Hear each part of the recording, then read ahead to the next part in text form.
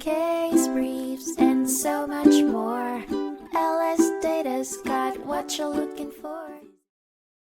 The Kamilewicz family, embroiled in a class action lawsuit in Alabama, found themselves dissatisfied with the paltry settlement of just $2.19. Aghast at the $91.33 attorney fees they had incurred, they decided to take their fight to the federal courts, alleging that the paltry settlement and steep fees were a violation of the Racketeer-Influenced and Corrupt Organizations Act, Civil Rights Act, and violated common law claims. According to the decision reached by the U.S. Court of Appeals for the Seventh Circuit, the plaintiff's endeavor was cut short prematurely, following the invocation of the Rooker-Feldman doctrine. This legal precedent, rooted in the idea that federal courts cannot review state court decisions or provide relief for alleged wrongs committed in state court, effectively barred the plaintiffs from pursuing their claims further. The principal bone of contention for the plaintiffs was the attorney fees approval in the Alabama court, which put them in the position of defendants. The attempts made by the Kamilewicz family and their lawyers to void the Alabama court judgment and sidestep the Rooker-Feldman doctrine proved unsuccessful.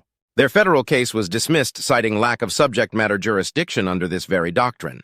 Despite the plaintiffs' argument that the doctrine should not have been applied, their case was eventually dismissed. The court upholding the original decision emphasized that the federal claims made by the plaintiffs were inextricably intertwined with the judgment passed in the Alabama court proceedings. As such, the court stated that it would be impossible for the lower federal courts to determine if they would reach a different verdict without replicating the steps already taken by the Alabama court. This scenario is explicitly prohibited under the Rooker-Feldman doctrine. Although the plaintiffs and their legal team, backed by several state attorneys general and the amici, pleaded for the case to go ahead, given the unusual and egregious facts, their argument was rejected. According to the court's decision, adoption of the amici's argument might lead to far-reaching implications beyond the scope of this case. The court thus upheld its previous judgment, reaffirming the inviolability of the Rooker-Feldman doctrine and underscoring that state court proceedings must always take precedence before seeking federal relief. Case briefs, and so much more. LSData's got what you're looking for. Visit lsd.law, elevate your mind.